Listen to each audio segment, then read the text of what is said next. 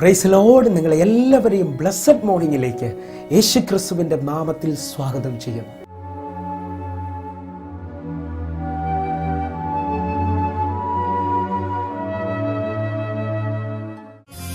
ക്രൂശിൽ കണ്ടോ ഞാൻ നിൻ സ്നേഹത്തെ, ആഴമാർന്ന നിൻ മഹാത്യാഗത്തെ.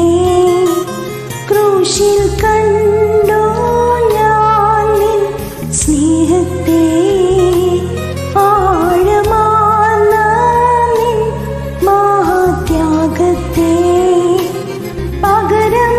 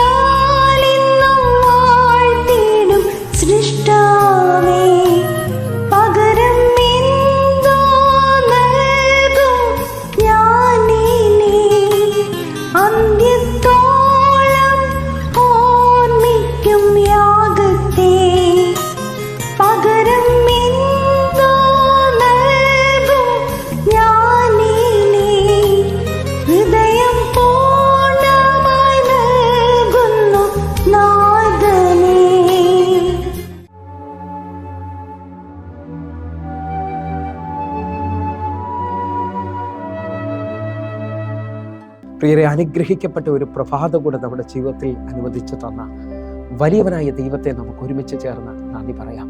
എത്ര പേർ പറയും, ഞാൻ നിന്നതല്ല, എൻ്റെ ദൈവം എന്നെ നിർത്തിയതാണ്. ഒന്നുകൂടെ പറഞ്ഞു കഴിഞ്ഞാൽ 2024 മാർച്ച് മാസം 29-ാം തീയതി വരെയും എന്നെയും എൻ്റെ കുടുംബത്തെയും പ്രത്യേകിച്ച് പകർച്ചവ്യാധിയിൽ നിന്നും അനേക പ്രതികൂലത്തിൽ നിന്നും പ്രതിസന്ധിയിൽ നിന്നും കണ്ണിലെ കൃഷ്ണമണി പോലെ സൂക്ഷിക്കുകയും വിടുവിക്കുകയും ചെയ്ത വലിയവനായ ദൈവത്തിന് നന്ദി പറഞ്ഞുകൊണ്ട് ഈ പ്രഭാത ചിന്തയിലേക്ക് നമുക്ക് ഒരുമിച്ച് അടുത്തു വരാം. ക്രൂശിലെ വലിയ സ്നേഹത്തെ ഓർക്കുക. പ്രിയരെ, പ്രാരംഭവാക്യത്തിലേക്ക് റോമർക്കെഴുതിയ ലേഖനം 5-ാം അധ്യായം അതിൻ്റെ 6, 7, 8 വാക്യങ്ങളിലേക്ക്. നാം ബലഹീനർ ആയിരിക്കുമ്പോൾ തന്നെ ക്രിസ്തു തക്ക സമയത്ത് അഭക്തന്മാർക്ക് വേണ്ടി മരിച്ചു. 7-ാമത്തെ വാക്യം. നീതിമാനു വേണ്ടി ആരെങ്കിലും മരിക്കുന്നത് ദുർലഭം, ഗുണവാനു വേണ്ടി പക്ഷേ മരിക്കുവാൻ തുനിയുമായിരിക്കും. 8-ാമത്തെ വാക്യം. ക്രിസ്തുവോ നാം പാപികളായിരിക്കുമ്പോൾ തന്നെ നമുക്ക് വേണ്ടി മരിക്കാൻ ദൈവം തനിക്ക് നമ്മോടുള്ള സ്നേഹത്തെ പ്രദർശിപ്പിക്കുന്നു.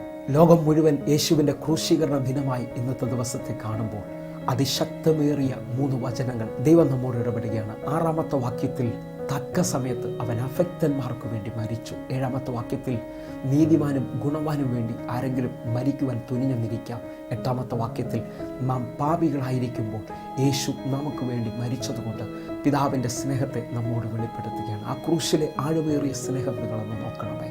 ഒന്നുകൂടെ പറഞ്ഞാൽ ലൂക്കോസിൻ്റെ സുവിശേഷം 23-ാം അധ്യായം അതിൻ്റെ 42-43 വാക്യങ്ങൾ.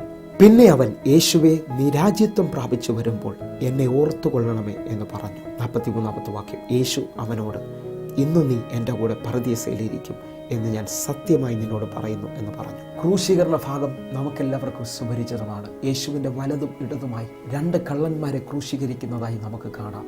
അവർ രണ്ടുപേരും കുറ്റം ചെയ്തതുകൊണ്ട് അല്ലെങ്കിൽ പാപം ചെയ്തതുകൊണ്ട് അവർക്ക് ക്രൂശിലെ മരണമെന്ന വിധി വെളിപ്പെട്ടിരുന്നു. എന്നാൽ യേശു കർത്താവ് പാപം ചെയ്യാതെ മാനവകുലത്തിൻ്റെ പാപത്തിൻ്റെ പരിഹാരവുമായി ഇതാ കാൽവരി ക്രൂശിൽ കയറുകയാണ്. അതിൽ കിടക്കുന്ന ഒരു കള്ളൻ പറയുന്ന വചനഭാഗമാണ് നാം ശ്രദ്ധിക്കുന്നത്.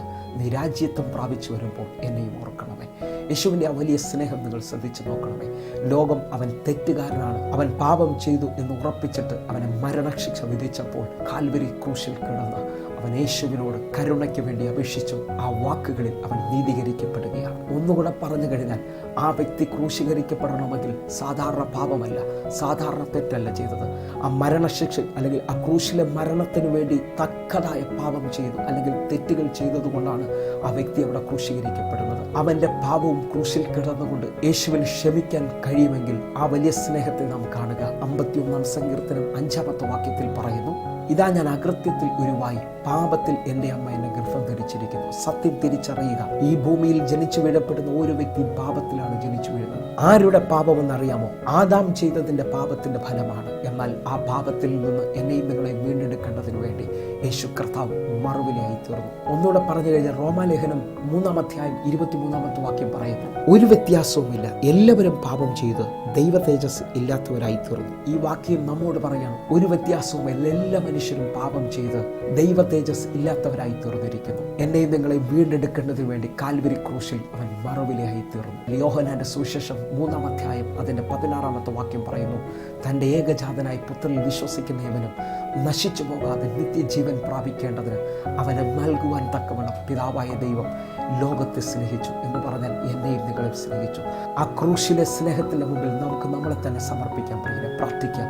ഞങ്ങളെ സ്നേഹിക്കുന്ന ഞങ്ങളുടെ നല്ല കർത്താവെ, പൂർണ്ണ ഹൃദയത്തോടെ എന്നെ കാണുന്ന എന്നെ കേൾക്കുന്ന ഓരോ മക്കൾക്കുമായി പ്രാർത്ഥിക്കുന്നു. ക്രൂശിലെ വലിയ സ്നേഹം കാണുവാനായി വീണ്ടും ഒന്നുകൂടെ സമർപ്പിക്കുവാനായിട്ട് അങ്ങയുടെ രക്തത്തിൻ്റെ ശക്തിയാൽ മുമ്പോട്ട് ജീവിക്കുവാൻ ഓരോ മക്കൾക്കും കൃപ വരേണ്ടതിനായി പ്രാർത്ഥിക്കുന്നു. കർത്താവെ, അങ്ങ് കരുതുന്നതിനായി നന്ദി.